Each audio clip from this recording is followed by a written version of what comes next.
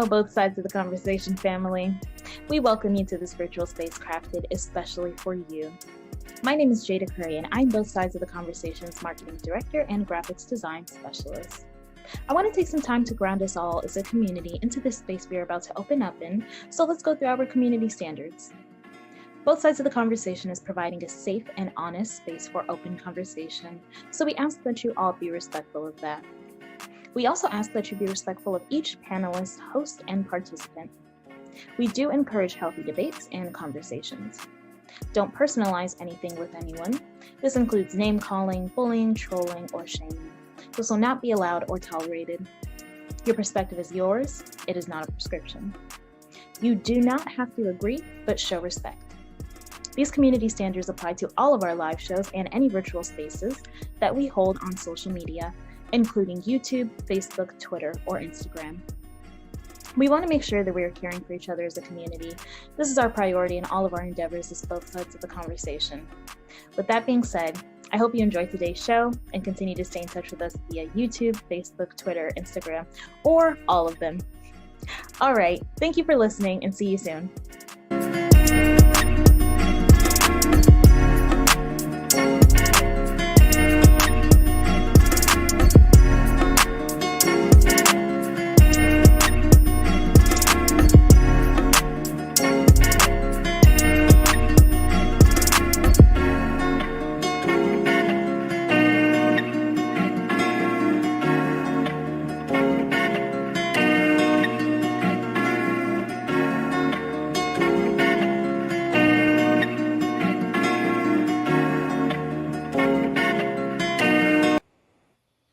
Welcome everybody to both sides of the conversation. I'm John Henry, Executive Director. Today is Tuesday, so you know what that means. We're going to have another Hidden Gem segment tonight.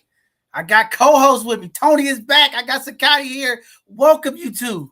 Say something to the people. Please say something to the people. What's up, community? I'm your co-host, Tony Rochelle. I missed y'all. I'm so happy to be here in conversation in community. Let's get it. It's Tuesday, and y'all know what we do here. What it do, fam? It's Sakati. I'm the interim production director, I guess is what they call me, John. But I'm just nobody but another member of the team. Thankful for another Hidden Gems. And y'all don't forget, nominate yourself, nominate somebody, but we'd love to have you on here too. Man, thank you. Thank you very much. Before we get started, before we get into our community announcements, just want to first explain to all of our new followers, new people that are paying attention to both sides of the conversation. I know we are everywhere. People are asking what we do. In this segment, we're going to let y'all know every Tuesday, we highlight our Black and brown businesses, as well as those community leaders and organizations that do positive things that impact our community. So if that is you, or if you know somebody who is a Black and brown business, okay, reach out to us. Let's get them on so community know who they are and where they at. Or if you know somebody that's doing something positive to impact our youth, our community, our elders, whoever, bring them on so we can highlight them, give them their roses while they're here, and let community know the phenomenal work that they are doing. With that being said, okay, community, I gotta say this has been a tragic week for me and my family. There was a major shooting that took place over the weekend, and my young cousin, 28 years old, was taken away from us from this gun violence in our community. Also, there was a number of other folks who passed away and been injured. It's been tragic, for me and my family. So I just want to say thank you to all of the community folks who have been checking in on me, my family, just praying for my family. This violence that takes place in our community, when we talk about this gun violence across this country, there's no exceptions to the rule. All families can be impacted by it. And, it's unfortunate, but this time it was my family. We are there for all of the families in the community when gun violence happens, when violence takes place in our community, both sides of the conversation. Y'all know we about the young people, the elders, the community. And when these type of incidents take place, they really put an impact on our families, on the community. Very tragic situation. Unfortunate that this took place. I'm 6 days away from grieving my mom passing 1 year. And, this took place and it just really broke me down. And I've been, dealing with it. I've been struggling day to day. But thank you to the community folks. Thanks to my both sides of the conversation family, to all the people that's just been showing love, just showing up and doing the great and amazing things that you've done. My phone has just been ringing off the hook. Everybody is calling, checking on me. I'm doing great. And y'all know this work that we do, we are committed. And I know my little cousin will be proud to know that I'm still pushing forward to stopping the violence and trying to bring our community together and uplifting our community. And that's what I will continue to do, and will continue to support community. So no matter how many times you get knocked around, I'm not going to let them knock down until I can't breathe anymore myself. So again, thank you, community. Continue pray and uplift my family as we go through this, another tragedy. Again, this impacts our whole community. And, we just have to work together as community in solidarity. As I keep telling folks in our community, it's going to take us all to stand up against this gun violence in our community. We can no longer sit around and say, hey, that's your family. That's your problem. That's not my family. I don't need to deal with it. We all going to have to get involved with it, work with these young folks, work with the community. And we just got to do our part. It takes us as leaders, as community folks, to do this work. So again, tragic, 2 families impacted, a third person on maybe life support here, just tragic. So I'm going to continue to keep pushing for community, continue to keep pushing for me.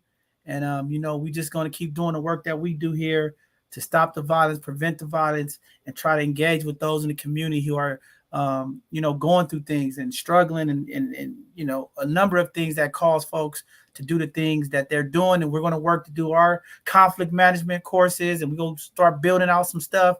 And then we got some phenomenal hidden gems tonight that's going to come talk about the work that they're doing, so folks who've been impacted by the incarceration justice system could get some help and resources so they don't have to be subject to reoffending. So again, there's a lot of people trying to do this work to uplift our community. So I just want to say thank you all again.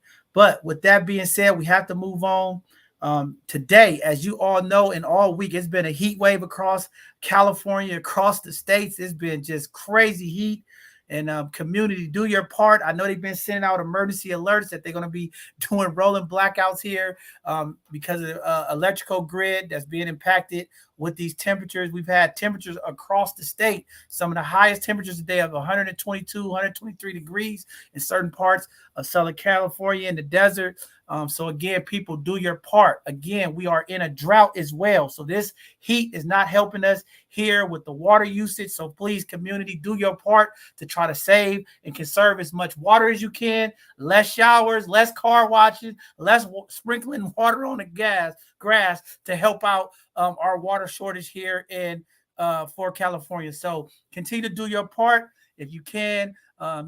Just be careful, because we have a lot of seniors out there who depend on these cooling centers and things of that nature. And when they start doing these rolling blackouts, it could impact one of our elders with heat strokes and different things of that nature. So for the rest of this week, they are saying it's still going to be in the East Bay and beyond in the hundreds. So please hydrate yourself, drink water, try to stay in shade as much as possible. And if you're driving around, turn your air conditioner on. Be safe out there. This heat is no joke. It is, taking some folks down, but it's been nice. And I know people are out. Unfortunately, when we have heat, these type of violent activities happen. People get to drinking, hanging out. People that ain't supposed to be out like that are hanging out, and that's how some of these incidents takes place. But again, it is nice to see sunlight. It is nice to see folks in community out enjoying and celebrating the great weather. And we're just going to continue to push through. Also, the spread of COVID is still happening in community. I need my community folks to still wear masks, social distance. Those numbers are still going up. And I know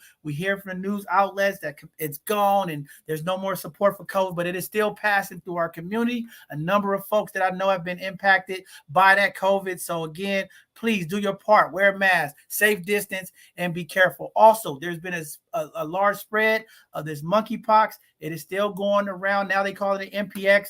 It's still going around in community. And this Thursday, we are honored to have Dr. Scott come on and talk about some of this stuff so folks can understand what's going on. But again, be safe out there. There's a number of things that are happening. We as community have to do our part. Okay, we have to do our part to stop the spread of these viruses, these diseases, by doing the basic things that we need to do. Wash our hands, stay safe, and be careful about the folks and things that we're doing around other people. And hopefully that'll stop the spread of it. With that being said, I'm going to go ahead and jump into some of the world announcements, talk about some of the community events And then we're going to get these powerful hidden gems up here tonight. I am excited for tonight's show because these folks are doing some phenomenal work in our community.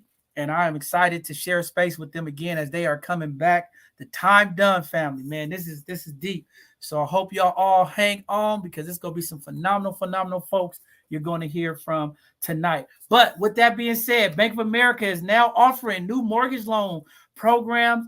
This is the America's Community Affordable Loan Solution Program to help first-time home buyers with a zero down payment and zero closing costs. This is an initiative to grow home ownership among Black and Hispanic and Latino communities. Residents living in specific neighborhoods in Charlotte, Dallas, Detroit, Los Angeles, and Miami will be the first to have an opportunity to take advantage of these programs. As y'all know, redlining has been impacting our community for years. Okay, so these type of programs that are directed directly to Black and brown communities is very powerful. And I hope folks take advantage of it. Again, no money down, no closing costs. This is equity. As we talk about equity, this is equity. We got to push it forward, and it starts with programs like this. So I hope community gets this information, okay? This is for our single families. You've been looking, the renters. Y'all been trying to get into the home ownership. This is an opportunity. Don't let it pass. Go out there and find out more about the program and try to get you that new house with no money down and zero closing costs. So that's great to hear. Also, terrible news. The DA has issued advisory notices out about this rainbow fentanyl. As y'all know, here in San Francisco and across the Bay Area, we have been getting hit with this drug fentanyl, been taking out community folks left and right. But this new pill powder that comes in a variety of bright colors and shapes and sizes are deliberate. They are trying to stop these pills from going in our community, as when you have colored pills and things of that nature, our young folks tend to get access to those. The DEA is estimating that this fentanyl is 50 times stronger than heroin and 100 times stronger than morphine. The Center of Disease Control Prevention predicts that more than 107,000 people have died in the United States from drug overdose in 2021. With the synthetic opiates responsible for about 71,000 deaths. That's one too many people here in San Francisco. I know it's been almost 1,000 deaths. This fentanyl is taking out our community. A lot of young folks are getting access to it. And again, we got to do our part as a community to educate our young people and make sure we keep this deadly drug out of our community. Also, all this week during the heat wave, free admission to the San Francisco neighborhood pools. Excited to see Park and Recs are doing something. This is unnormal weather for folks here in San Francisco and out throughout the Bay Area. So San Francisco Park and Rec is opening all of their recreation pools to the young people and community so that they can go out and swim and enjoy some of this amazing weather. So community, take your kids to the nearest pool. It's free. Open up, take them out there, let them swim and have a great time. With that being said, we're going to jump into our community events. There's a number of events that's going on right now as we speak. There is a event going on at the public library.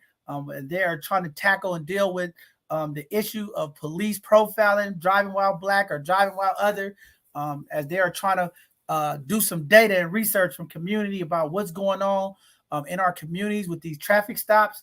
The Human Rights Commission is taking the lead on that. So that event is going on right now at the public library.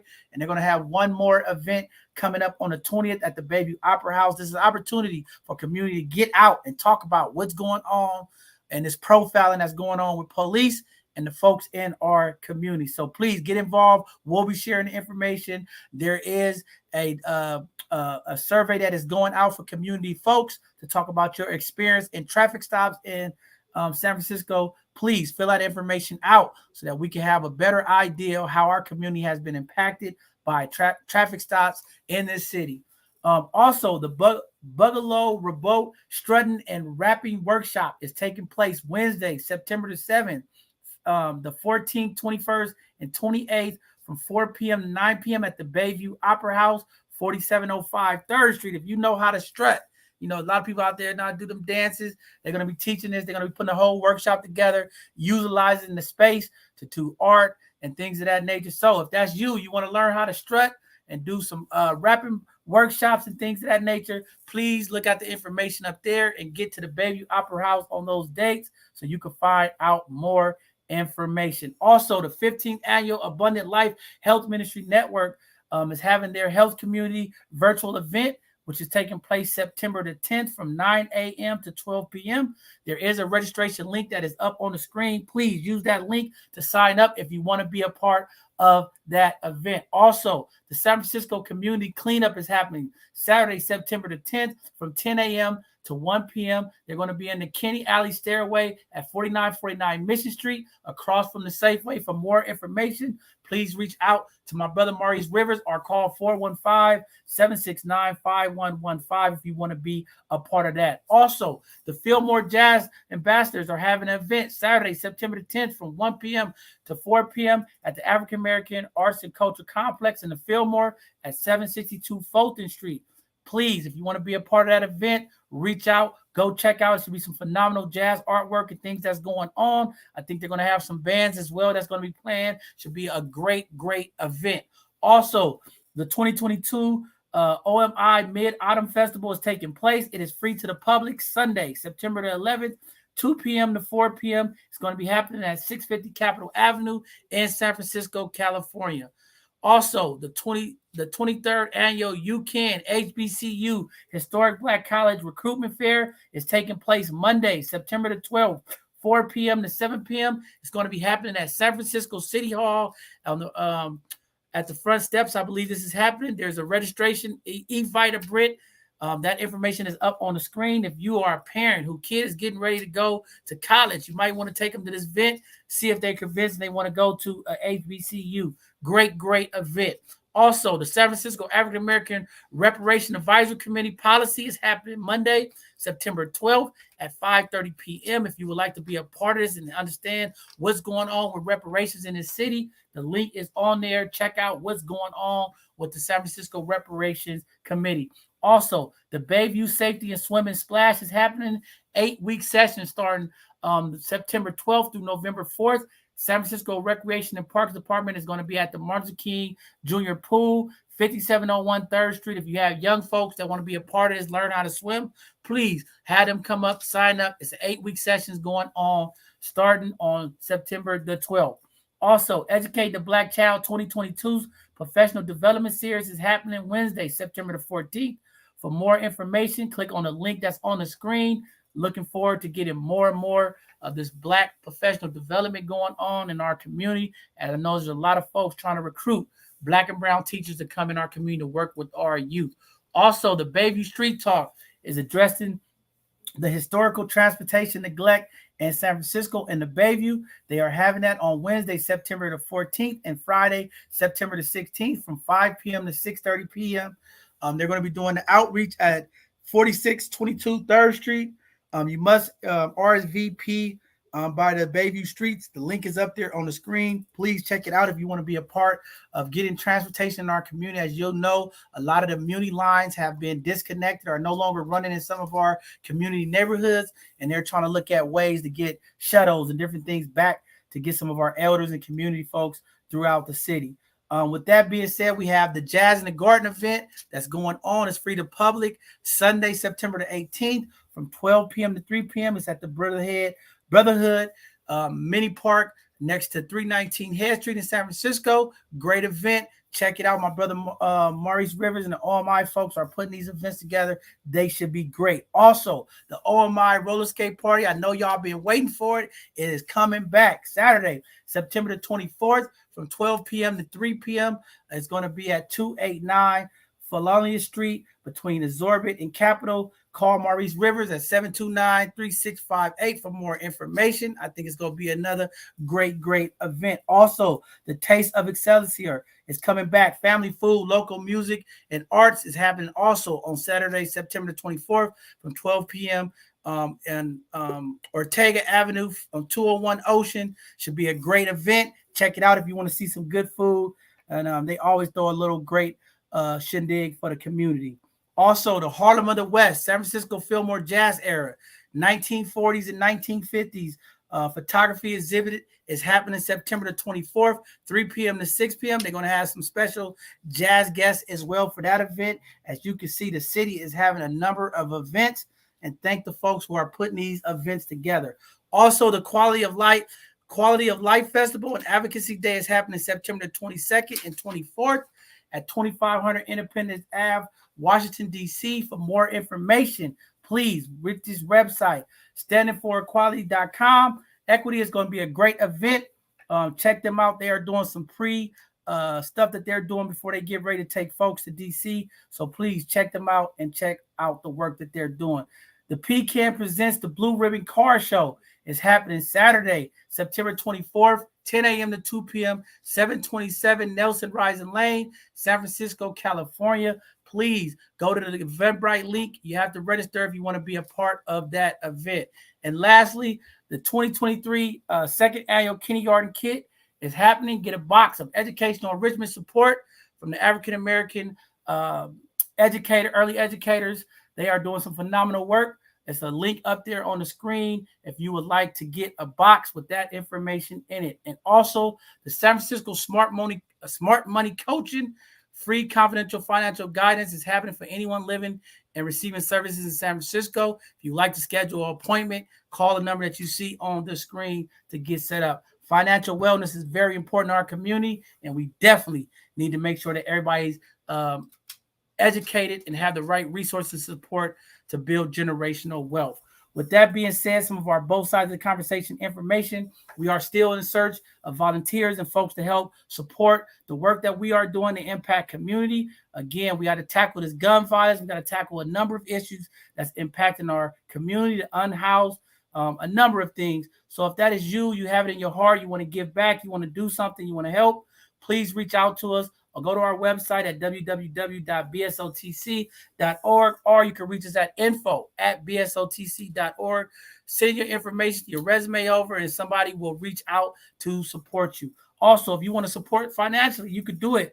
Every time you shop on Amazon Smile, if you choose both sides of the conversation as one of your charitable organizations, no extra cost to you, but every time you purchase something, both sides of the conversation will get 0.5% of your sales sent to us by Amazon. As a number of folks who signed up, thank you for continuing to support us and the work that we do in the community. Also, for everybody else that just want to check us out, see what we're doing, go to all of our social media handles and support us at both sides of the conversation, or BSOTC on all of our social media handles. Go to our YouTube, subscribe, check us out, sign up for our newsletter, go to our website, find out what's going on. We're doing a lot of things in the community. We have some amazing programming that is coming up to also impact community. Also, we are still looking for some good brothers who know how to play a little basketball, want to give back and work with the youth. There's a paid stipend that's included in it. If you are interested in it, please hit us at info@BSOTC. We would like to get you to come and work out with some of our young folks that are locked up, exercise with them, do some one-on-one mentorship, and it also is a paid stipend involved in it. So reach out to us. We are looking forward to connecting with you and get a few kings that want to go up there and work out with these young brothers. Also, our next upcoming live show is this Thursday, September the 8th at 6 p.m. as we're going to have Dr. Scott come on and talk about this monkeypox, the MPX, and the Department of Public Health. Talk about what's going on so that we can stay informed, educated, and aware about what's going on and how we protect ourselves and community. Also, this Sunday, our phenomenal youth are coming back for their Youth Sunday conversation. Looking forward to that. They'll be here September 11th at 4 p.m. As you all know, we have switched our programming for the winter months. We are going to have our Sunday conversations now start at 4:30 p.m. Pacific Standard Time, and our youth will be starting theirs at 4 p.m. Pacific Standard Time. Again, just for the winter months, and then after the winter months, we will go back into our regular programming at 2 p.m. Pacific Standard Time. With that being said, enough of me. If y'all heard enough of me, the Time Done folks are here. Y'all finna learn a lot about Time Done. Maybe you haven't heard about them. Maybe you don't know what Time Done is about. But tonight, you're going to be educated about what's going on with Time Done, the work that they're doing, some of the Senate bills, some of the legislations that they are working on passing, some of the previous bills that they have passed. Great organization, some phenomenal folks in the Time Done And again, just for folks to give you a little brief information, Time Done is a nationwide membership community of about 80,000 people living in the past with the past arrest or conviction. Together, they are building strong families and community by organizing to end post-conviction poverty. Since founding, they have advocated for policies that provide more than 5 million people with the opportunity to clear an old record. As you all know, getting into the system is easy, but getting out of the system is hard. And why not listen to these phenomenal folks here at Time Done that's going to teach you about how they're working to change what happens when you leave the system, when you get out of jail, when you get out of prison, you come back to the community, you do the right thing, but you still can't get certain things, right? These are the folks that are trying to help you with housing, jobs, education, and more. And again, some powerful people. So with that being said, I am going to go ahead and let Sakati start introducing tonight's hidden gems. We got my brother Gilbert, a number of folks here at Time Done, and we're going to bring them up one-on-one, and we're going to start talking with these phenomenal folks. Sakati, go ahead and introduce our hidden gems for tonight. All right. Well, thank you for that. John, first, I want to say thank you to you because you're always ready to serve greatness to our community. And you don't hide this or that or things that other people would think and deem not so great for the public to hear, but you always put it out there, good, bad, right, wrong, ugly.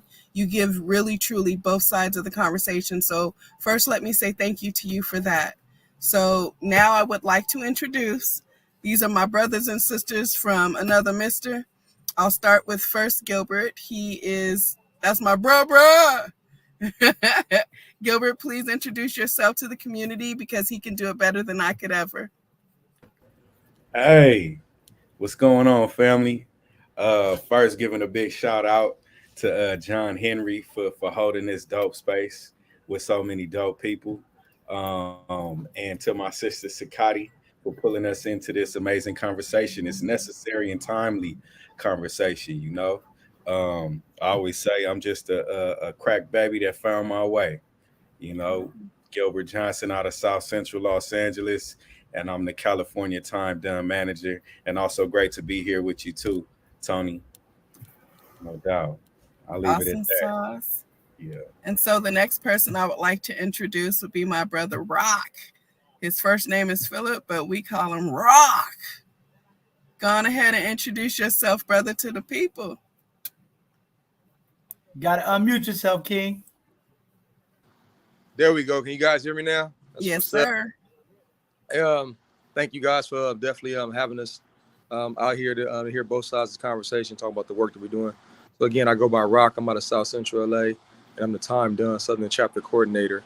The work that we're doing around Time Done is just remarkable. And what we're basically trying to do is to lift barriers and help folks like post-incarceration get opportunities, and gain employment, stuff like that, be able to go forward to really have their freedom. So again, I thank you guys for having us here to be able to share some of this information with folks that is tuning in tonight. All right now. And then I got my other brother, right? This is my carnal por vida. This is my dude, Henry. He that's my brother, man. It's Henry. Hen dog. Introduce yourself, brother. Here, I'll unmute you. There you go. You got to unmute yourself, Henry. You got to mute yourself.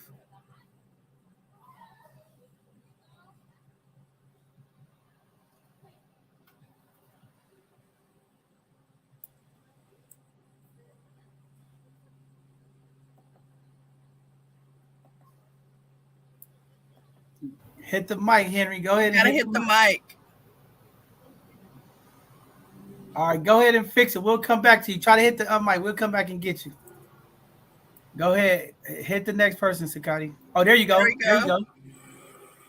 You're on, brother. Yeah, you might have to take the earphones off. Sometimes the earphones might be unplug the earphones. You might have to unplug it to get to the mic.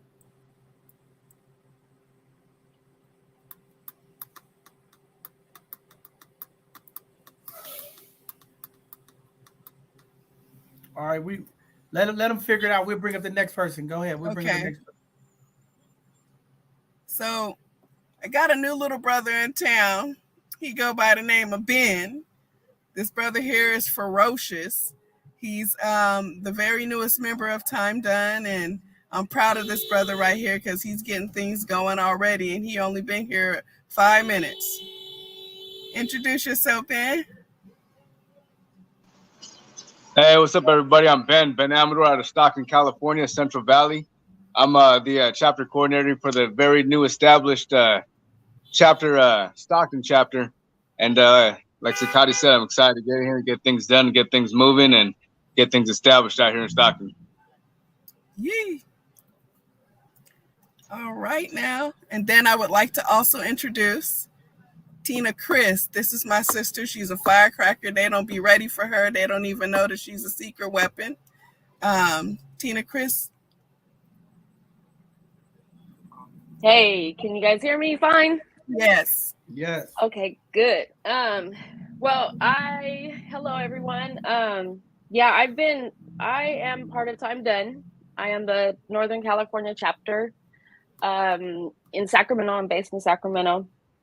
And I joined with the delegates program and got a lot of training in advocacy, which prior to that I had learned a lot of advocacy skills, but they kind of pushed it even further along.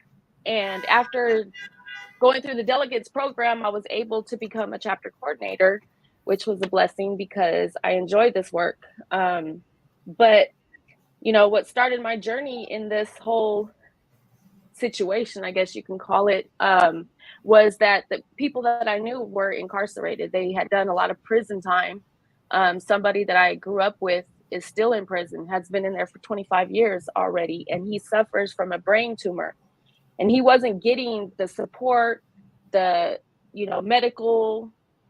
They weren't doing anything with him at all. And so I had to advocate because when they finally tested him, they realized that he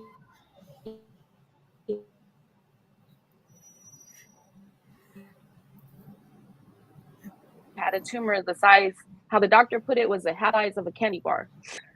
So 2 years go by, and right now he's up for parole.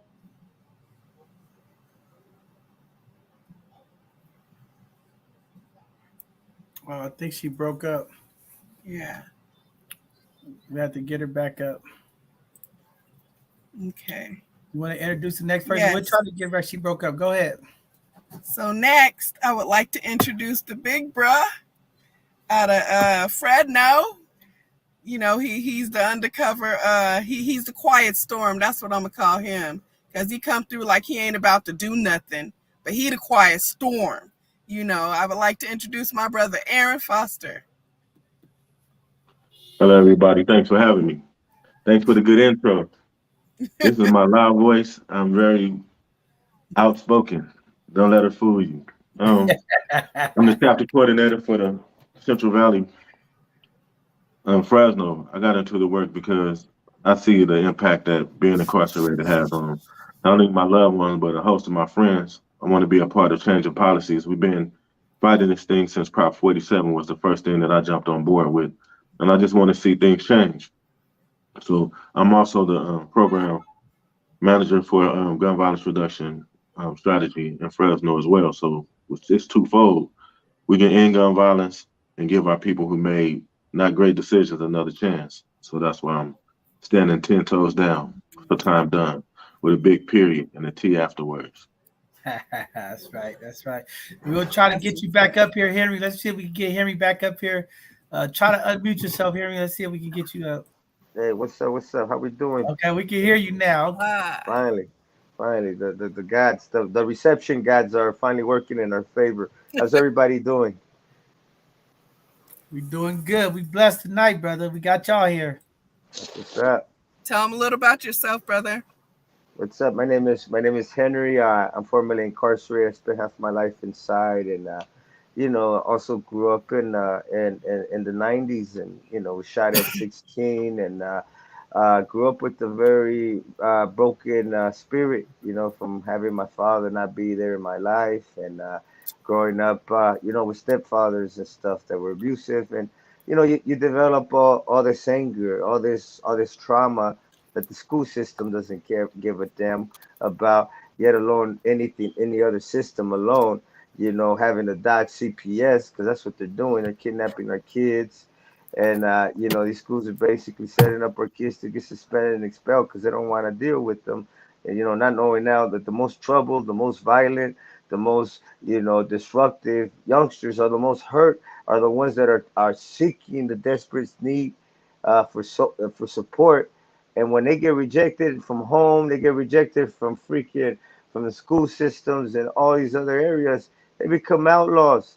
And then we end up having all this gun violence, right? And as a survivor myself, and also raising my stepdaughters out here, Christina was just on her, her daughters were shot out here, and it's been really tough, and it's hard to raise kids in the hood because our young people, they lost all the older homies that used to keep them in check and would school them and teach them good honorable stuff despite all the different survival circumstances we had to encounter and endure, right? But unfortunately, these systems have incarcerated us for decades, and this has left our children in blindness, broken, with no mercy, just sharing their pain all over the community on each other without effective intervention or mediation, because our people are not supported to do so.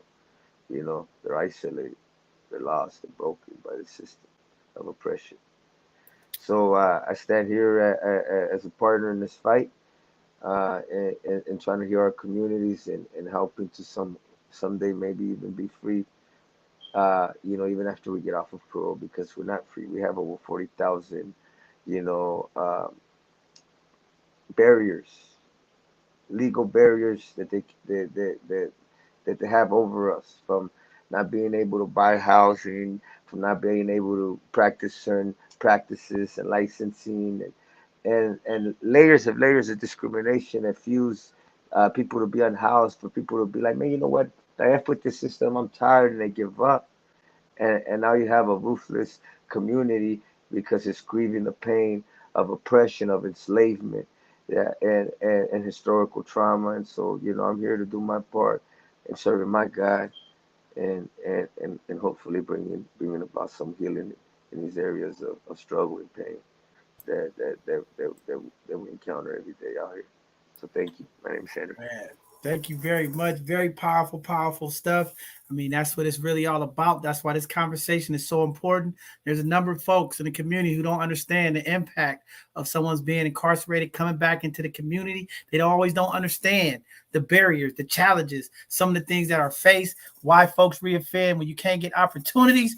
But with that being said, I'm kicking it back to my brother Gilbert. We missing one person. I don't know where T Stu is at. Where's T Stu at? That's my guy. Where's T Stu at? But I'll get him on here. I just want to say before you go, Gilbert, thank you, and Terrence and all y'all brothers and sisters on here for the amazing work you all do. When I got tapped in with y'all, man, listening to what y'all was doing, building, the Twitter storm, just everything y'all was doing to bring awareness. I was like, dang, this is powerful. This is deep. Because I've been impacted by the system.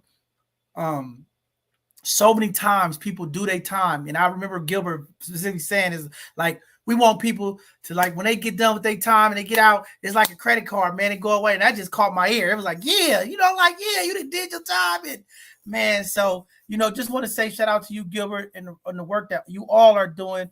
But we're going to kick this off with Gilbert to kick us off. What has this time done, mean to you? And just some of the stories that you've heard, because sometimes I think our community don't hear the obstacles. And I think what resonated me with my brother Terrence T. Stu was when he was talking about he got a master's degree and he couldn't even get custody of his family member. And that burnt me up, right? And I was like, man, this is deep. I didn't even look at it from that lens, right? When you talk about housing, when you talk about employment, I think one of the Zoom meetings you had, Gilbert, you talked about how I forgot the number, but it's so many people Biden records are impacting our GDP in California, the amount of jobs and money lost. And I was like, man, I think if more community folks heard about this and really understood, maybe they'll have a different perspective. But that's what you hear, folks. The rest of you hear, folks. This is y'all plea to the community. I know there's bills coming up. Y'all gonna talk about it in November as all of our California voters get out to vote.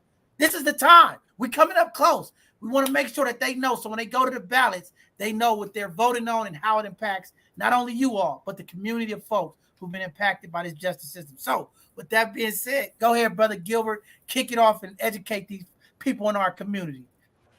Hey, yo, everything you just said, brother, and shout out to our chapter coordinators and just community leaders who introduced themselves with so much passion.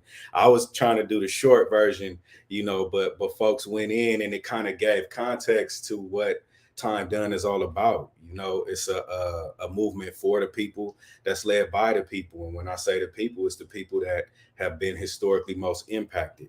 Henry talked a lot about the systems at play, the systems. And the systems he's talking about have really never worked for us. When I say us, I mean Black, brown, poor, Native, indigenous communities that were really torn apart by these systems.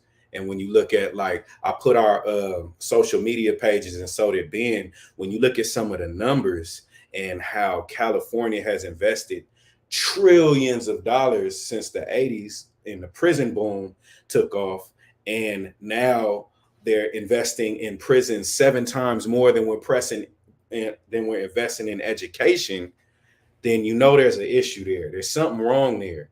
And the latest post says, like, what you invest in grows. And communities like mine in South Central, where we have the largest jail system in the world, Black folks make up 30% of the population in jails, but 7% in the entire LA County. The numbers are ridiculous and hella disparate. And so Time Done is building a family that really says it ain't no power like the power of the people, because the power of people don't stop.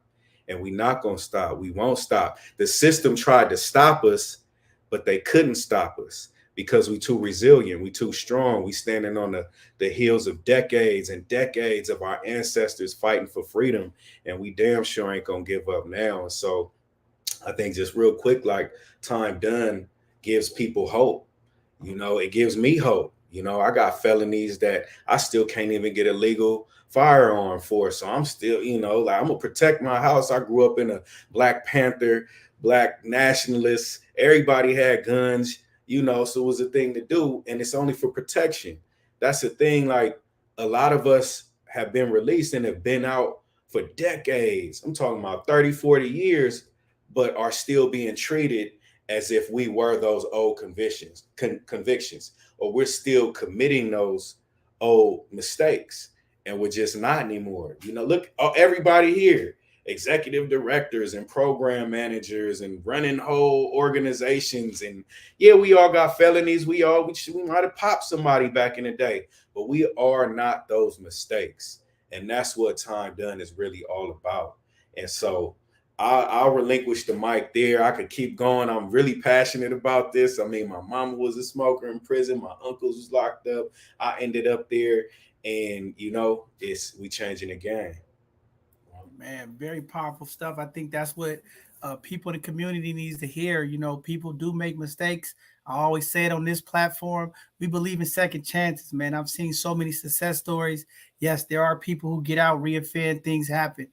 But what about the folks, like you said, go 20, 30 years becoming, positive products of the community, making impact, doing stuff, and then you have a brother like T. Stu can't even get a job in the education system because of a crime he committed, when he was a young man.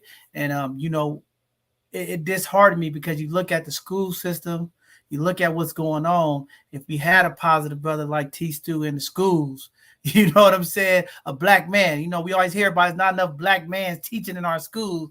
This brother educated, master's degree, but can't get into schools to work with some of these knuckleheads because of a past conviction. So, I agree with you. It always angers me. I was just telling y'all the story and been trying to get global just to try to get in and out of the country. Mistakes that I've made in the past, still hunt me to this day. I can't even get clearance at TSA. I got to stand in line with everybody else, right? It impacts folks in different ways, you know. And again, thank you all for being the fighters that you are, the real trailblazers of the community, and y'all sticking together because, again, you know, folks who come home always get shunned upon.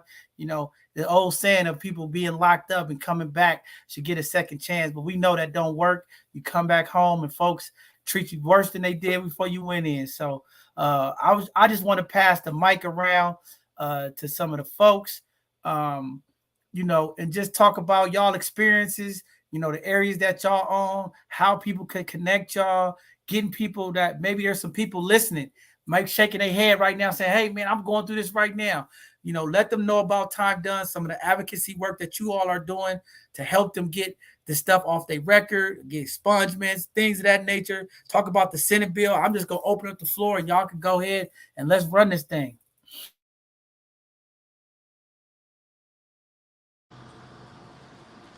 I come off mute. So can you guys hear me? Yeah, go ahead. We can hear you, Phil. Yeah. All right. So I'm just gonna kind of like just talk about some of the barriers because you kind of like mentioned one of the reasons that the work that we're doing at Time Done. There's over like 48,000 barriers, right, for folks who have like old convictions. A lot of times, like stories that I'm hearing is we have folks right now who are living double lives, who haven't committed a crime. As Gilbert mentioned, almost like 20 years. We have individuals who committed a crime when they was probably like 16 years old, and guess what? These individuals are not today who they were yesterday, and they're still being held down by a mistake that they made yesterday. And some of these individuals are working like working class people, and every day they live in fear of their record coming to haunt them, right? So what Time Done is kind of like doing is coming to lift that barrier and take that away. With a bill that we have out there, which is SB 731, something that is monumental. A bill that's kind of like it's going to do something that hasn't been done in the history of this country. We're not talking about in California. We're talking about the history of this country, where it's going to actually give folks like their life back. A lot of times you have folks who don't went inside the system, man. They be scared and they don't have legal representation or could afford, appropriate legal representation. So we lean on the public defenders, which some of us call public pretenders. And a lot of us is taking deals just to escape, a larger sentence, a harsher sentence, or a life sentence. But what we wasn't educated about, something we talk about at Time Done, is the collateral consequences. So you might have signed up for the deal with 10 years, but you didn't sign up to get kicked in your ass for the rest of your life. And that's what some of these old convictions is actually doing to folks. It's holding folks down and stopping them from being their best self. After they done made a mistake and they done got touched by the fire and realized that they should be going in different directions. And a lot of these folks is being assets to the community or can be assets to the community. But the old convictions is kind of like holding them back. We kind of like here to kind of like eliminate that and being like, the testament of what somebody who has been system impacted, is doing post incarceration and is going forward in their lives. So I was an individual that was affected by, those barriers. And at a time when I was affected by the barriers, I ain't even kind of like know like this was the reason. I was just I had a record, and this was during a time where everybody was being denied, right? So I decided to take the ideal of kind of like becoming a barber. This was back in like 2006, and the only reason why I did, all these young dudes in neighborhoods got these little fancy hair designs, and I'm an artist, and dudes like, man, Rock, you should start cutting, and we let you cut our hair. And there's a notable place in LA, South Central LA, which is on from Mountain like 57. It was Mr. Green, and he had like a barber college. And I went to Mr. Green's spot, and I took one of my young partners with me, and I went to sign up. And I was asked if I had a record. I'm keeping it 100 with Mr. Green. He know a lot of people in the community, and I let him know. And once I let him know that I had a record, he told me that I wouldn't be able to take the program. And he asked me how old was my young partner that was there, and he was 17. And Mr. Green was saying that he could take the program because they could start training folks at 16. So at that time, I just disregarded it due to the fact that this was the time that we was always denied. You get a job, your parole officer show up at your job just to get you fired. So it was like, it was almost like you being used to being denied, but not actually knowing why. Years later, after getting kind of like educated and understanding like what that, what that past conviction was actually doing to me, that's when I decided to kind of like, hey, think that, it's time for a change. And really, I kind of like found out about that through Time Done with the wall of collateral consequences that had everything down there listed. And this is when I was like, that's it right there. And then realizing everything else, how the doors was being closed on folks who was actually trying to go forward with their life and putting us in a perpetual rut of going back to the hood so that we could be a part of mass incarceration and continue to recidivate. And that's how it kind of like worked out for me. So, being a Southern chapter coordinator, it's a lot, and it's a lot going on, especially in LA. But as Gilbert said, hey, this is hope for a lot of folks. We have folks calling us with expungements all the time, and they just trying to just find a way. People just trying to survive. And time done. It's kind of like, being that raft for folks. It's really like drowning out here in the streets and trying to escape this violence and everything else. Man, that's very powerful stuff, Philip. I'm glad you said that.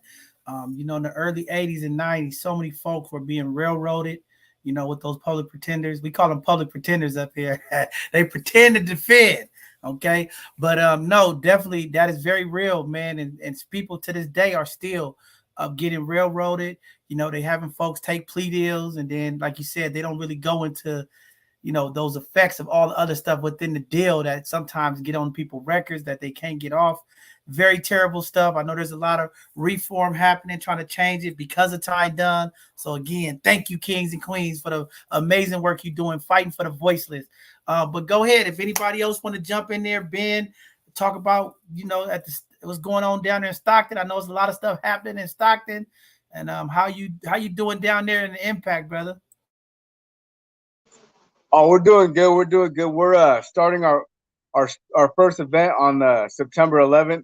This Sunday, we're gonna have a finance speaker come and teach people about building their credit, managing their finances, their personal finances, buying properties, starting businesses. So we're hitting the economic empowerment side. And I'm working on having a paralegal from the public defender's office come in that's on the front lines of implementing these laws that have been passed through the Clean Slate program by helping people with the expungements and things of that nature. So we're having that person there as well. Plus, we're going to have a board member from Initiate Justice, and she's going to come and she's going to give a spill about voter registration, voter engagement, and laws that have passed and laws that they're working on passing right now. So that's pretty exciting stuff that's going on. But what we're doing right now in Stockton is we're trying to galvanize the whole community and get everyone in on this movement, because everyone's affected in one way or the other. Whether you've been incarcerated or not, you may have a friend that's incarcerated, a family member that's incarcerated, or you know what I mean, been impacted, had someone in your life that's been impacted. So it's a whole butterfly effect of things that affect us in our community. And so what we're doing is we're trying to galvanize the community to heal and empower each other. And one way that we're doing that is we're tapping into the college campuses.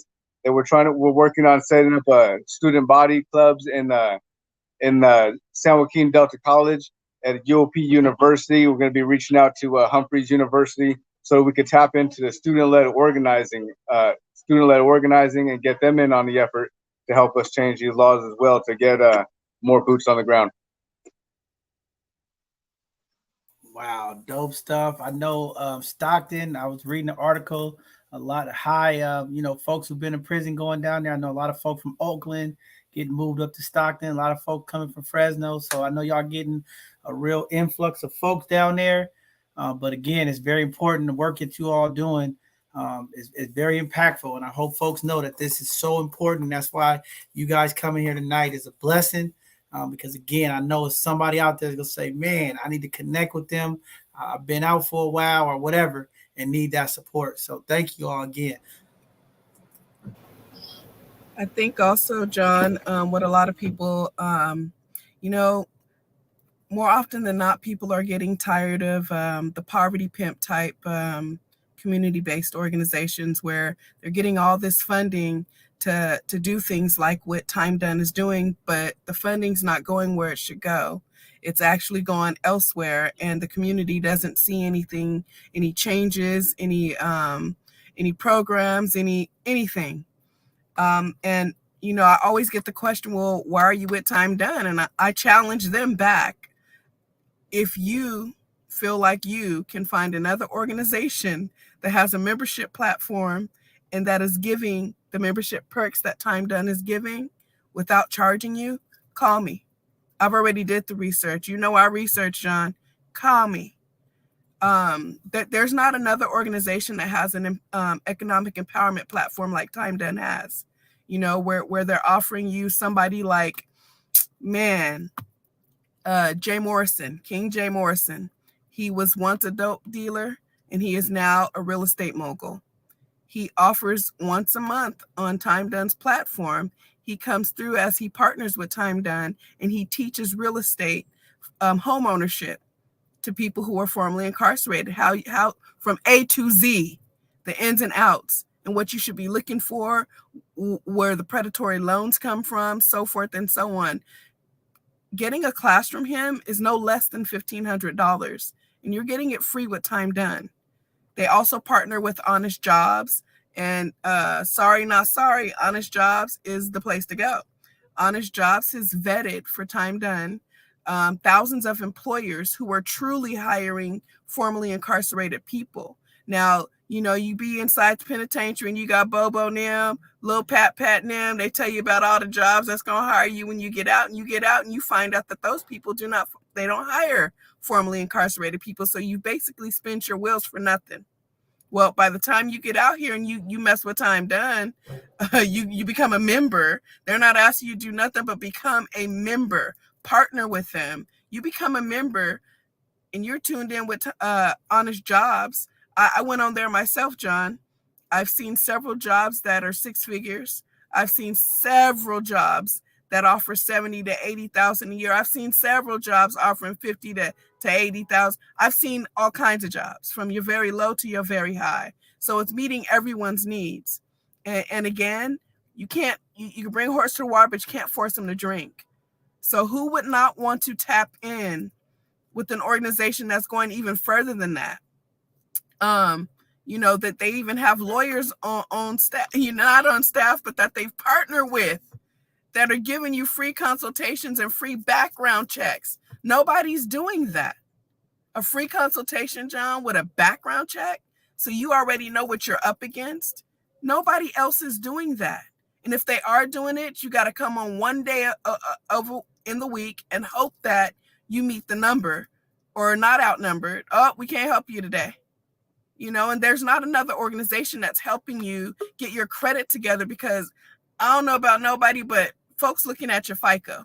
And if you can't get your FICO together, you pretty assed out. You can't get that car you keep looking at Mr. Jones and them driving. You can't get no house. Let's back up. You can't even take baby steps and get an apartment. You feel what I'm saying? And then above all else, SB 731, it just wraps the whole bow around the whole present. SB 731 is so monumental. And so I'm going to end with this and let somebody else talk. Why do I partner with Time Done? SB 731 won't even help me because my conviction record is in a whole nother state. But how do you not put the money where the mouth is? And I'm down for Time Done. You feel me? It's not going to affect me yet. I'll just say yet, because Time Done is going everywhere. So at the end of the day, it will be a blessing to see people that I've known that have just come home from doing 50 years in a penitentiary not have to worry about nothing when they step foot outside that penitentiary, that they can get a place to live, that mom can let her son come home and live with her because they can't find his criminal record, so they're not going to be able to bar him from housing. It's that simple. So, I mean, Time Done, period, but why not? Why not be a part of something that's not poverty pimping, but really, really helping the people that are out here who need the help? Wow, dope. Miss Tony, I know you got something to say. Go ahead and jump in there, Miss Tony. Yeah, hey everybody. Thank you so much for being here and just being vulnerable with your stories and your background. I too are a victim of this group of people, not me personally, but people in my family, friends, my sister. And my first question is, if I didn't miss the answer, is this a program that anyone that can get in, no matter what state they live in, no matter what their background is, if they've been incarcerated? Hey, look, that's a great question. So, Time Done was founded 3 years ago. and launched in LA with the late great Nipsey Hussle. That was actually Nipsey, who I knew pretty well. That was his last concert before he was taken from us, and just in that. So big ups to Nip, because he knew the vision of Time Done. He had, we got a gang of homies that had been locked up. He had done some jail time, so he knows the barriers he was just able to overcome because he had the platform and the resources and the tools to do so. Many of us don't, though. Millions of us don't. And so just in 3 years, Time Done has moved and grown from being a membership of a couple hundred people from a concert we had in LA to actually being in 7 states now. So Time Done actually has members in every state across the nation, every single state, but we don't have chapters in those states yet. And so currently we are in Arizona, we're in Texas, we're in Ohio, we're in Pennsylvania, and we're in Michigan. And we're slowly but surely moving into Atlanta. And then we have the 5 chapters here in California. And so we are building nationally. Time Done is actually the fastest growing movement nationally of people living with old records. Like, we're getting new members daily. And to Sakati's point, all of our stuff is free. We're not asking nobody for nothing. Time Done has 2 goals. We want to get our people free from the system, free from the thousands of barriers that Brother Rock mentioned, and we want to get our folks economically stable, economically successful, and mobile. And it's simple as going to timedone.org, filling out a quick form, take you 3 minutes, and then boom, you're technically locked in to the Time Done family. Because Time Done is made up. My babies, I got 5 babies. They are Time Done. Rock got a newborn baby. He is Time Done. Aaron, you just see Aaron's little baby on there. His babies is Time Done. We are Time Done because we are truly a family that's doing work like none other. No other. Now, Gilbert, I hear you talking and I love the information. Thank you. But go a little deeper into what the membership is about. So I know you said you signed a piece of paper and you're a part of the family, but what does that really look like for someone brand new just signing up for the membership? How does it go? I could answer that, but let me pause a step back. We sharing space, see if anybody else on here might want to take a stab at it. And if not, I'll jump in. It's all good. So being a member of Time Done gets you access to, and if you go to our website, you can see all the free resources. So like a lot of what Ben said, credit education, how to fix your credit, how to build your credit, how to build a financial roadmap to success, or what we call personal finances. Sakati mentioned first-time home ownership programs and how to get into real estate with the financial guru, Black millionaire himself, Jay Morrison. You get access to honest jobs. You get access to Access, which is our member perks platform or member resources platform, where you get discounts on gas, discounts on groceries, discounts at restaurants, Disneyland, travel. I mean, you name it. All of this comes with just being a member of Time Done. And in California, because the expungement laws and record clearing laws are different in each state. In California, you get a free rap sheet, and we're building out a program that's going to actually provide folks direct access to record clearance, to getting their record completely clean and sealed, which Senate Bill 731 will do. Not only are those resources, Tina Chris mentioned earlier, we train our people up. We are organizers, and a big part of organizing and building movement is leadership development. So we'll train you on how policy works in the state legislature, how we pass Prop 47, Prop 57. Like, those were our bills with Californians for Safety and Justice that we ran and have helped millions of people across the state.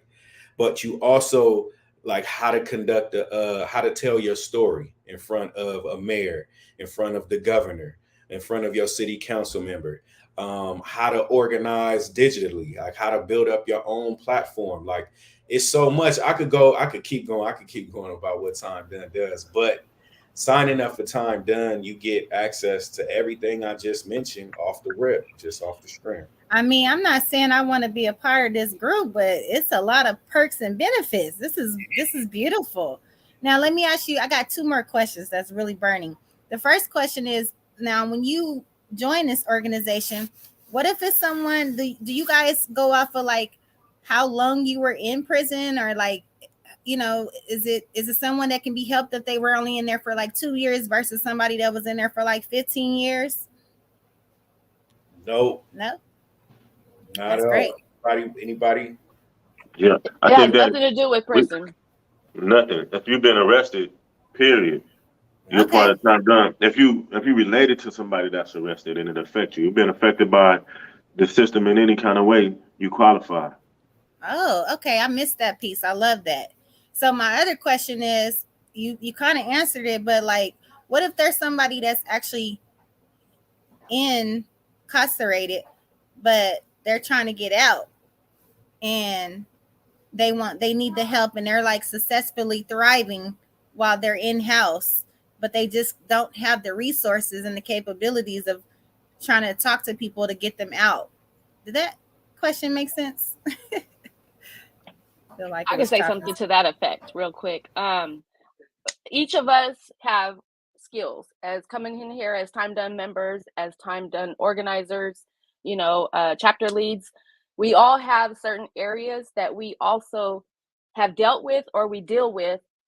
And one of the things that like me and Henry do, we do a lot of that prison advocacy. You know, since Henry is ex-incarcerated and he served 18 years of his life, and me being impacted from family, friends, and people that I know, I used to hate seeing families struggle going to visit their loved ones and not knowing what to do, not knowing they're getting, you know, harassed by the correctional officers and abused in many ways.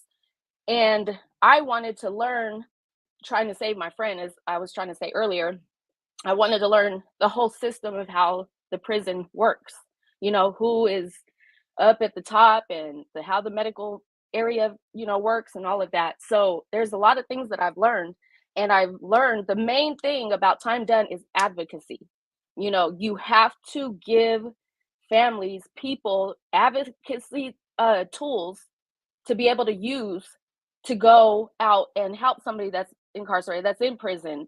Knowing the bills that are passing is one of the biggest things that is going to help you set that up. You know, if there's something that had passed, you know how to help them, like that murder felony rule that passed, where if you were an accomplice, if you were somebody that didn't kill somebody but you were there, you know, a lot of people are getting out because of that new law that has passed. They're going back up for sentencing and being released that same day as they're in court. So each of us do have the skills, but we're all taught advocacy, and that's the main part of Time Done.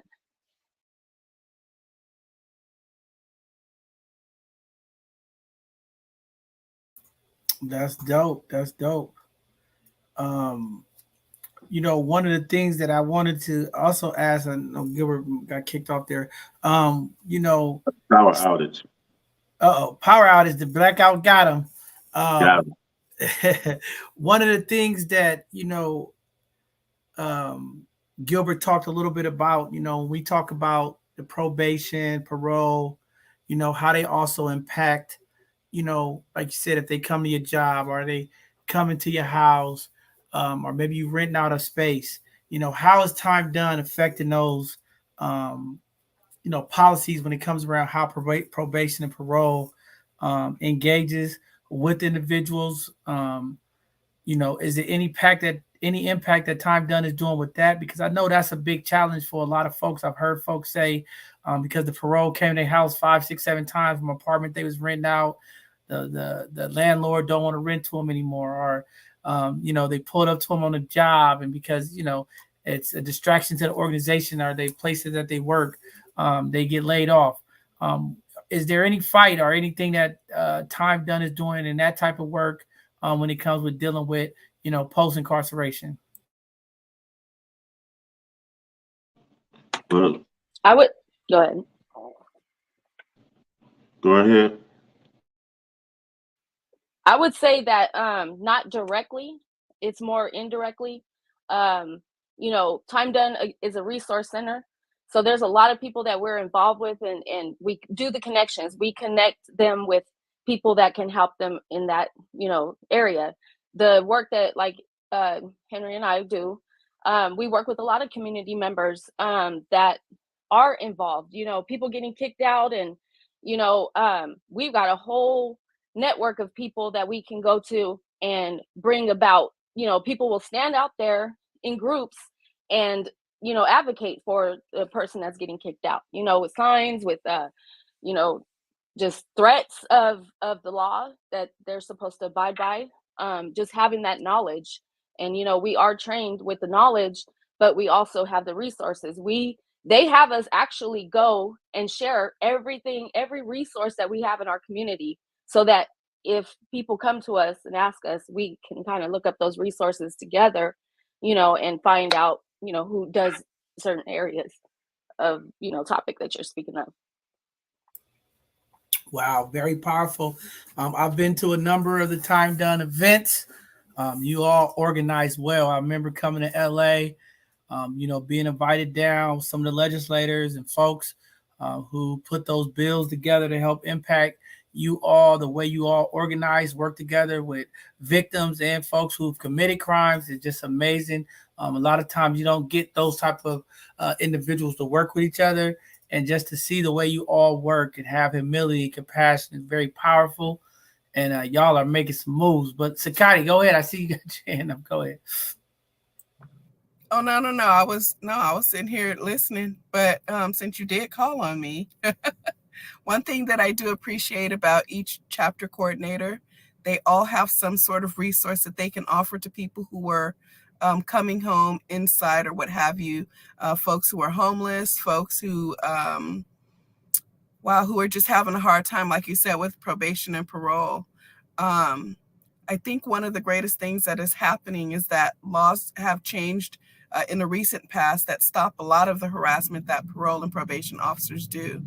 I think one of the biggest problems that we suffer from as people is that we do not want to pencil whip anybody. We want to talk, but we don't pencil whip people. So the more that we start doing what we've been, taught after the fact, once you start pencil whipping people, they back up off of you because now it's in writing. So like Christina said, with that, the training, the advocacy training, learning about different levels of government and things of that nature, and understanding that as a resident of California, you have the right to walk in and talk to a legislator, so it changes perspective a lot, in my opinion.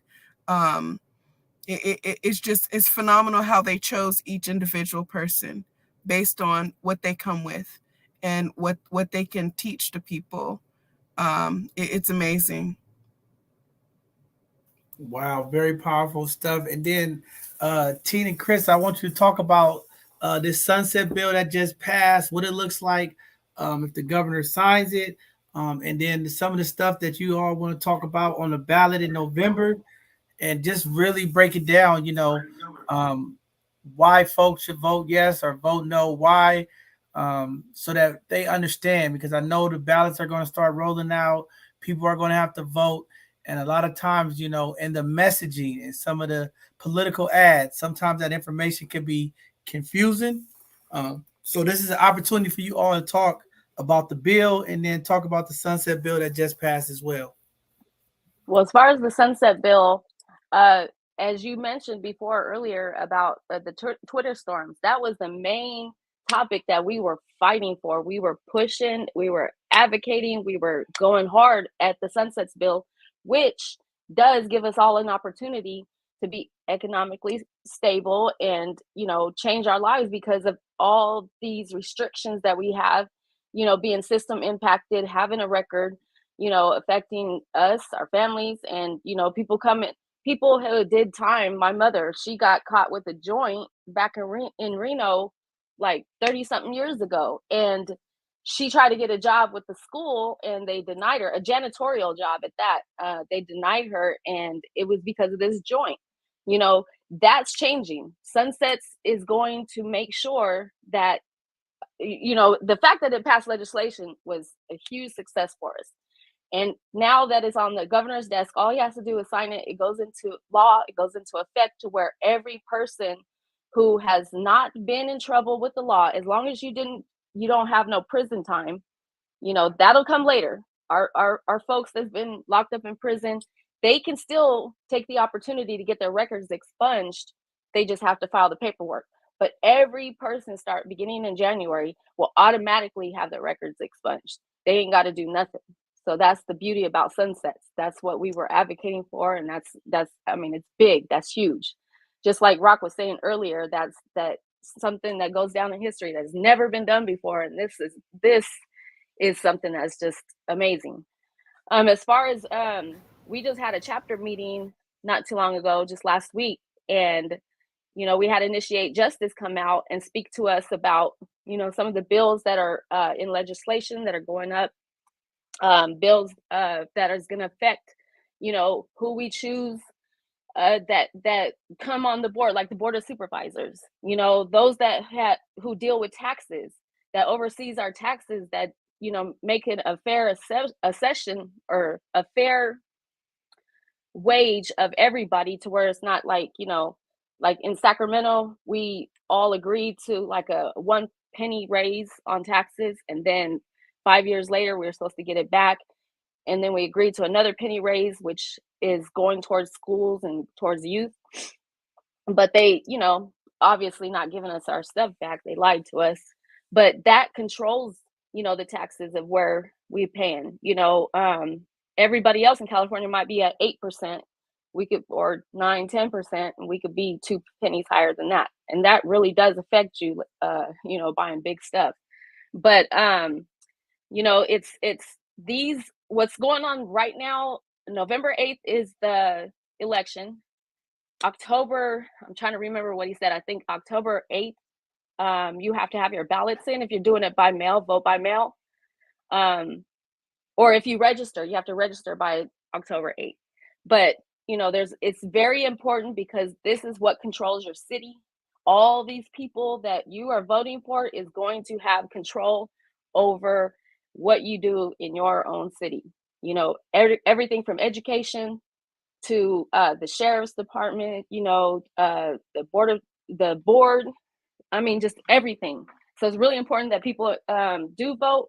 Anybody else know what some of the bills are out? Because I get told so many numbers that it's really hard for me to keep up. I have to go to my list. But if anybody can chime in and help me on some of these bills, but it's important about this election.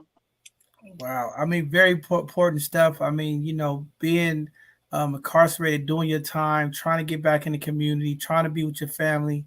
You know, having that sunset bill passed was huge, because, again, if you don't have any contact, these things get expunged off your record automatically. It's a win for community. I mean, sometimes folks, they learn their lesson, they go to work, go through their program or their time, rehabilitate, get out, do the right things, and never look back. And you know, sometimes to just go back and have to file the paperwork, go through the process, you know, it is terrible, you know, and then some folks deal with the embarrassment, a number of things. So just being able to have that automatically removed, I think is just powerful. I think it's phenomenal. And I know Gilbert talked about, you know, having it like your credit. It just drops off your record automatically. I think that's very, you know, tremendous to have that type of stuff done, so that folks who deal with certain barriers get that same equity and access, and be able to move forward. So very powerful stuff. Community, you know, take this stuff serious. Check out Time Done. Make sure you get on their website, read some of the bills that they're going after in November. You know, do your part, do your civic duty to make sure that you think about folks who have been impacted by the system, are trying to do the right thing, productive members of community. These type of bills help impact them tremendously with their families, jobs, and other opportunities. So we got to make sure that we do our part civically and get in there. Brother Foster, I see you back. I know you got kicked off, good brother. You was looking like you was about to say something. Go ahead, good brother. No, man, I'm just happy to be a part of Time Done for a bunch of reasons. I think we have a police accountability bill I can't remember the name of it. Anybody know the name of that one? When it's transparency law that somebody gets harmed or killed while in police custody, they have to give a public documentation of it, and they have to have independent separate the sheriff from the coroners so they can have a more just report, a death report, or autopsy. That's the one that caught my eye the last meeting that we were in. Wow, very powerful. I Right. mean, especially right now. I mean, I've been looking on the internet, seeing the stories. You would think after George Floyd, more and more officers and sheriffs would be more of their conduct and their behavior on the clock, and we are still seeing folks being shot by the police, beat by the police, things still taking place across this country. And that's why I tell folks, we got to stay active. And I think that's why Time Done is so powerful in their advocacy and moving community folks forward, because we have to keep stepping, we have to keep marching forward. When we talk about equity, it's definitely moving it forward, and Time Done is doing that. And community, get involved, support. A lot of us have relatives, family members who have been incarcerated, who are dealing with those struggles of getting jobs and getting opportunities. So why not partner them with the organization like Time Done that can help move them forward, give them access to resources, information. We're going to continue to do our part to make sure that community folks are connected with this phenomenal organization that are doing amazing things to impact our community. It's not a lot like you. I mean, I've seen organizations, and I know Sakati's been saying it. There's a lot of poverty pimps in our community that take advantage of the resources and don't help our people. And it's just a disservice to our community. When we're trying to stop this violence and we're trying to stop folks from reoffending and having to make that terrible choice of do I get to work or wait another day to get the job, or do I get out there and commit another crime to feed for my family? So I think when these opportunities are opened up and we follow these processes and we get them in play, definitely it helps the decision making.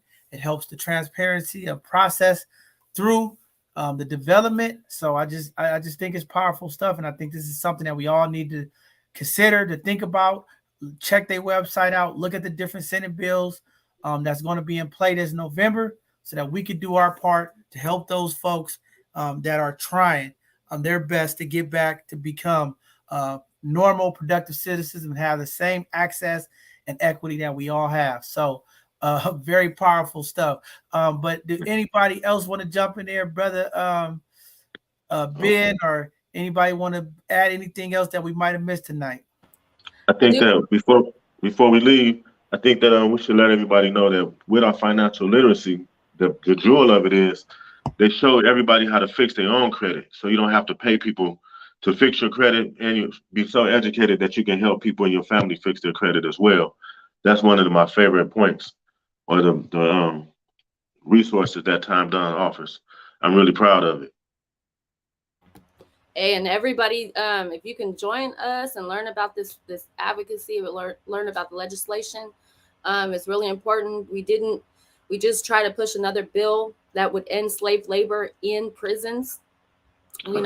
People coming home are given $200 at the gate, and that's supposed to last them, which is going to cause a lot of people to go back to prison.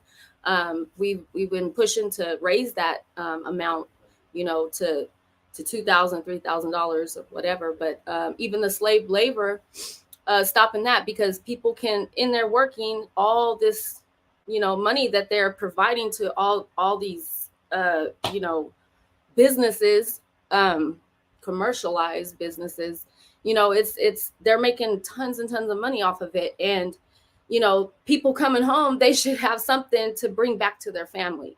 They shouldn't have to depend on their old parents or, friends, families, if they have them, to take care of them. And a lot of people take that, they don't like that. It's embarrassing, and it's, brings people down. So this would have been a way to be able to pretty much stack up some money to have something to come home with, to be able to be stable in your own, so that's it. Just get on here. I mean, since it didn't pass, we just need a bunch of people to go and sign, get their signatures so that we can bring it into to pass in votes, bring it to the voters to where we can actually run it. instead of letting them decide for us. And Tina, Chris, what you left off with regards to ACA 3 not passing, not only, John, would it cause those who are doing these jobs to get minimum wage, but it would also reduce the cost of housing individuals in the Department of Corrections. They don't want to talk about that part of it, but it does reduce the cost that the state of California would have to pay for housing. And when we think about how much they say they pay, I believe someone said it was close to $126,000 or so per person. When you think about food, shelter, and healthcare and all that other stuff. So what I'm wanting to convey is that if they're spending that much money per person, well, it would seem that it would be a lot cheaper just to let these people make living wages while they're inside, save their money, come home, have enough money so that they don't have to recommit a crime in order to feed their families. But in the state of California, it was more important for our state government to keep people as slaves. So unfortunately, that's where we're at with it. But it's going to take those of us in the state of California who will speak up to stop this whole instance. When slavery ended, it should have ended for everyone, and you shouldn't become a slave because you're incarcerated. So for state of California to be so ingenuitive with all of the bills and to be the forerunner for the passing of bills and the creation of things that other states don't do, you would think that slavery would come off of our Constitution and not just in states down south where we would think that it would be more so a harm down south for them to take slavery off of their state's Constitution. So we have a lot of work to do, but we got to do something. Time Done will show you the video and teach you guys. Come join us. Wow. Well, thank you guys for that information. I guess some large corporation wasn't too happy with me. They kicked me off because we was talking about taking away their nice, lovely free workforce. But no, definitely that is definitely something that we all have to continue to fight for. Because this complex, this prison industrial complex, is a problem. There is some rehabilitation that's happening, but we know sometimes these systems further impact our community. And I would love to see more and more fight on how do we keep some of these prisons who are opening. There's more prisons opening up in California than there are schools when they are empty, that they put legislative and things in place to make sure that they keep a certain percentage of people in custody. I think that's another fight that we have to fight. If this is the business that they choose to be in, it shouldn't be forced upon that they have to have minimum folks housed in these facilities. It should be at-risk business, and I think when you set these systems up like that for folks, it just leaves the window open for dirty policing, dirty courtrooms, because then it comes down to, about space. If we have a contract that says, hey, you got to keep a minimum of 1,000 inmates in this facility, I think people are getting in unfair justice in our courtrooms because it's an obligation, a contract to keep those folks housed. So a lot of more work that got to happen. A lot of more conversations when we look at the overall justice system, how it impacts our communities, how they're policing our community, and how our different district attorney offices and different folks in the system are utilizing these contracts and these options for the system to impact our community. So I think we got a lot more to work. And I'm just happy to be a part of Time Done and the Time Done family. I will always uplift and support Time Done. Gilbert and them know, because, again, I understand what you all stand for. I know the struggles. I know the grinds. And I understand the families that these systems impact every day. So I'm just excited to continue to share information and continue to let community folks know about the work that you all doing. Anybody else want to throw anything in there? Yeah, I just want to say I didn't send it to like 10 people. I signed up for myself and I sent it out, and people are like excited. I see my mom is right here in the chat. I wish they would have had something like this for her when she came out, because sounds like an amazing program. And I just thank you for having this platform. And I'm so thankful that I belong to both sides of the conversation to know who y'all are, because I definitely never heard of this program. And we got to get the word out, because you don't know until you know. And so I'm definitely going to be telling as many people as I know about this program. So thank you, everybody, again.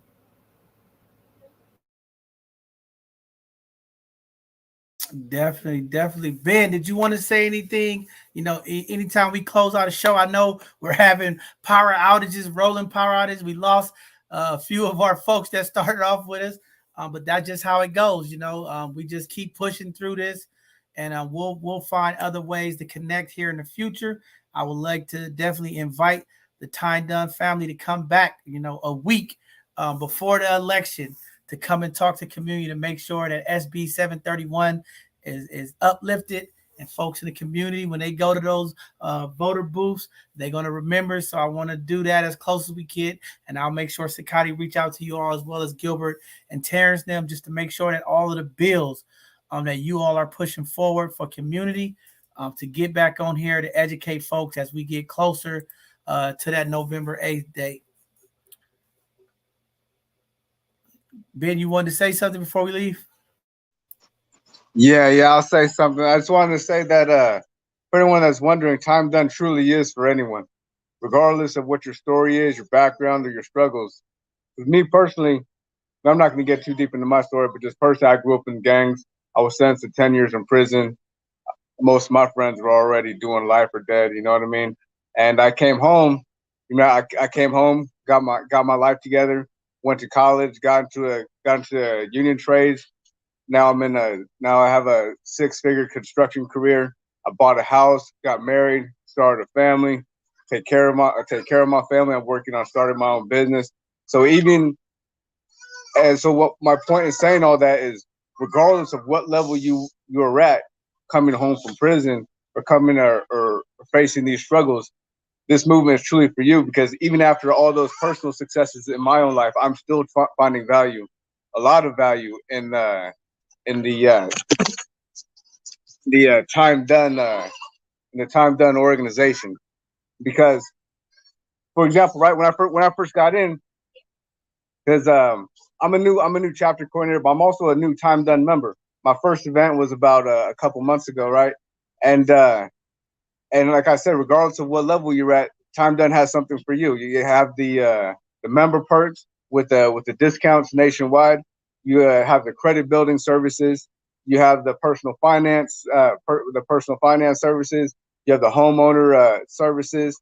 You know what I mean? So whether you're fresh out of prison, you're trying to fresh out of prison or jail or incarceration or arrest, and you're trying to get back on your feet, and you just need a job, they have something for you. Whether you want to get some member perks and get some discounts to save on your monthly budget, they have something for you. Whether you already you're established, you on your feet, you own a home, you want to start buying income properties, it has something for you, because that's part of the real estate training.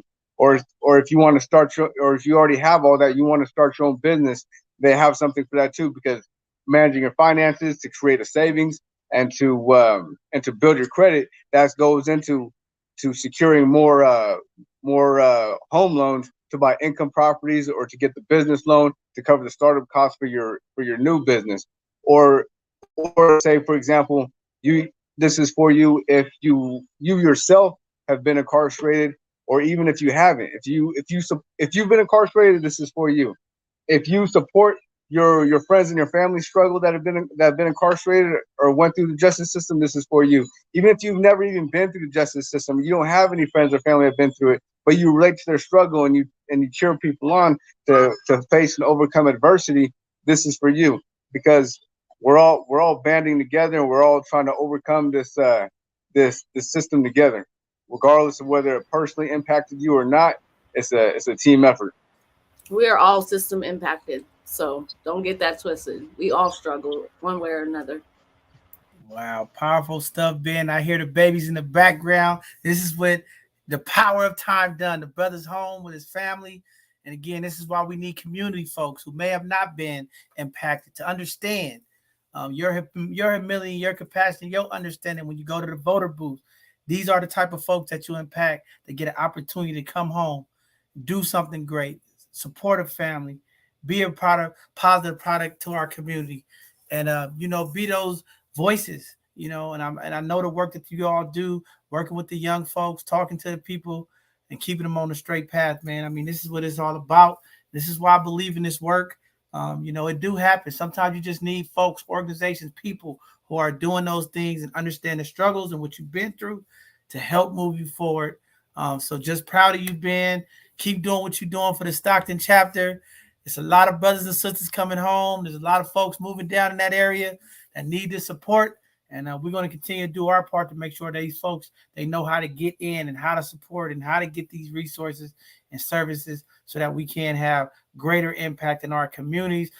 Sister Tina, you want to go ahead and give any final words to the community before we close out tonight? I know this power is rolling out on all of us. People are I'm getting text messages. My power got me out of here, but it's been hot around California, so we understand. But anything that you want to talk about, final words you want to give back to the community?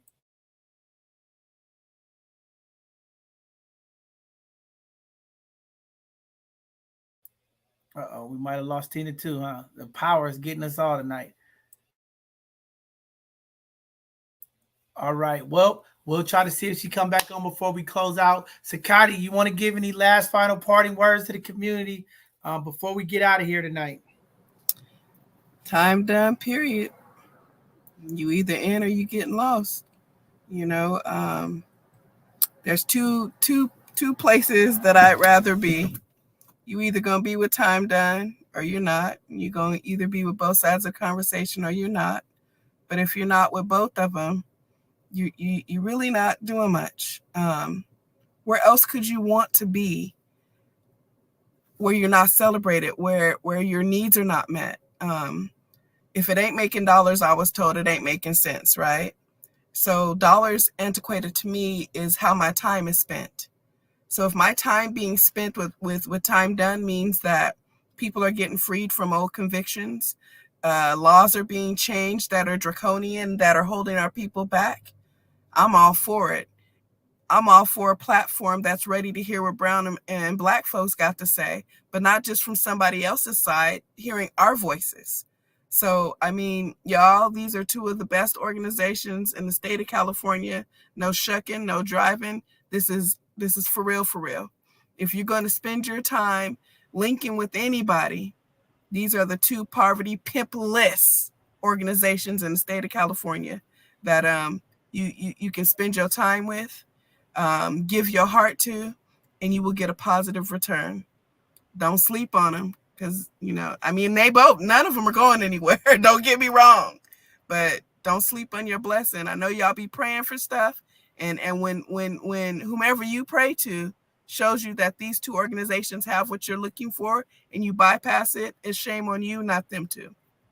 So blessings, John, and peace, grace, mercy, favor, and prosperity be with you and your loved ones in this time.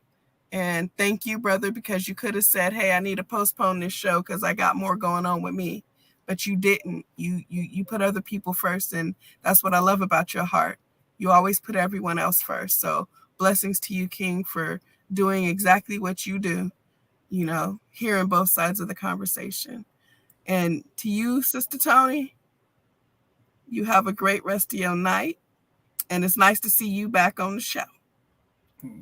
And become, if you want to not just be a member, but want to be part of our team, and if you know how to lead, come join our delegate program. After 3-4 months of training, you can get a stipend of $750. But if you're one of those leaders that stand out, you can run your own chapter and you get monthly stipends for that. So you got more opportunities. Wow, phenomenal stuff. Pretty Tony. You back from LA in the Bay. What's your last part of words you're going to give out to the community tonight? This platform always gets me so emotional on a weekly basis, and this is why I do this work. When I think of programs like this, all I can do is think of community. I think about my loved ones, my friends, my neighbors, my coworkers, people that need these type of resources, that need this type of help. And a lot of times in the communities that we live in, we're always struggling and busting because we just don't have the resources. We don't know how to start. We don't know who to ask for help. And then when we do, we get discouraged or we be embarrassed. Community, there are resources out here for you. Do not give up. Y'all know my word that John steals every week. Keep ascending because there's actually resources out here that can help you with your life. And I can't help but to get emotional when it comes to things like this because it affects me. It affects me so much that there's resources out here that we don't know about. And the only way that we're going to keep able to help our community is that we all get involved. It's free to give out resources. It's free to have a conversation with people. So community, if this don't have nothing to do with you, this don't affect you, it's free to tell somebody. Tell somebody so somebody else can tell somebody. Because I'm telling you, this whole show, I didn't already hit up 10 people like, oh my God, y'all, this program, I'm so excited. Like, I went on the website. I just couldn't even wait for the show to be over with because this is like a kept secret that I didn't even know about, you know? So community, we gotta keep talking to each other. We gotta keep having conversations because there's ways to help one another. And John, yes, thank you for giving the care. Thank you for having this platform, you know, especially with everything that you have going on. Like Sakati said, you still managed to put other people first, you know? So thank you again to all the guests that came on tonight that was vulnerable, that had the nerve to share their stories and their resources. And I'm definitely going to tap in with you guys. Thank you again. I appreciate y'all. Peace, love, and keep ascending, community. Keep ascending. I'm still in that word, okay? I'm putting it. But no, thank you all for coming on tonight. Thanks to Gilbert and our other guests who lost connection tonight. You know, again, this is very important stuff for our community. So many times our community folks are impacted by this system, especially when we talk about, you know, trying to make a change, trying to get back and do the right things. An organization like Time Done can make that transition so easy for folks and getting folks involved and getting back part of the community. It takes us all. You know, this journey of life sometimes could throw curveballs at us. Things happen, obstacles happen. You know, people do make mistakes, but as community, where do we stand? Do we really give people second chances? Are we really about change? When you see these amazing folks come here who've been through some of the worst dark times of their life, but still had enough to fight in them to come back and do the right things and give back. Do we really forgive? That's a question that you should ask yourself tonight. Think about the things that you could do to help impact and empower somebody who has been through the system, been locked up, been through prison, coming back and doing their part, paying taxes and giving back to the community. November is coming. You have a duty to do your part. You've heard the stories. You've seen the faces. Okay, these are people that's just like us from our community who've decided to do the right thing and they're trying to help impact other people. When we talk about time done, that's what it should really mean. Once these folks step back into the community, they did their time for the crime. We have to open up our arms and have real true forgiveness and give them an opportunity to ascend, as Tony keeps saying, ascend, do something great, give back, make impact. This is the tough decisions that we have to all make as a community. Where do we stand? What side of the fence are you on? You heard Gilbert say, there's so many folks that's been incarcerated that can make a difference in our economy if they had an opportunity to not have their records impact them getting an opportunity for a job, for housing. Maybe if they get these opportunities changed, the number of housing and unhoused folks in this country, the numbers would decrease. Maybe if we got more of these folks to work, the opportunity to bring a stabilized economy here in California, across this country, more people working, more people putting in a tax system that our elders will be able to see the Social Security and the benefits reaping from the folks who are right now impacted by some of these policies, some of these laws, some of their criminal backgrounds that eliminates them from being a part of that pie that we need so bad in this country. We have to think again. We cannot just give all of the jobs and the opportunities to robots. We can't depend on automation. We still have human beings, people who have 2 legs, 2 arms, who could do the jobs and get the job done. Yes, some of the things that might be attached to their name from their past might hinder them. But again, If we really have true humility, true compassion in our hearts and in our community, we could walk together, stand together in solidarity, and make a change. SB 731 is on the ballot, y'all. Go do your part. Governor Newsom, to your team that's listening tonight, the sunset bill is on your desk. Have courage, ascend, be different. Look outside of the box. There's some folks out here who are really looking for an opportunity to have their records expunged.